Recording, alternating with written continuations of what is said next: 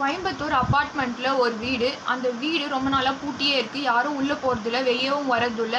ஆனால் food delivery ஆப்லேருந்து Swiggy, Zomato வந்து delivery பண்ணிட்டு போவாங்க.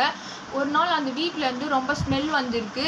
அது என்னன்ட்டு அந்த அப்பார்ட்மெண்ட்டில் இருக்கிறவங்களாம் பார்க்க வந்திருக்காங்க. அப்போது வந்து ஒருத்தர் அந்த டோர் தட்டியிருக்காரு.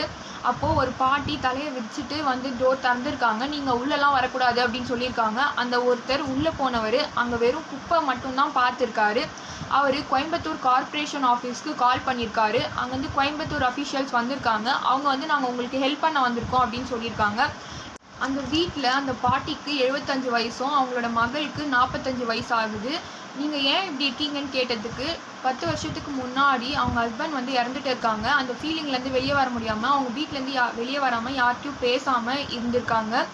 நீங்கள் வெளியவே வரதில்லை, ஆனால் டெய்லி ஃபுட் மட்டும் எப்படி ஆர்டர் பண்ணி சாப்பிட்றீங்கன்னு கேட்குறாங்க. அதுக்கு அவங்களுக்குன்னு சில ஓன் ஹவுஸ்லாம் இருக்குது.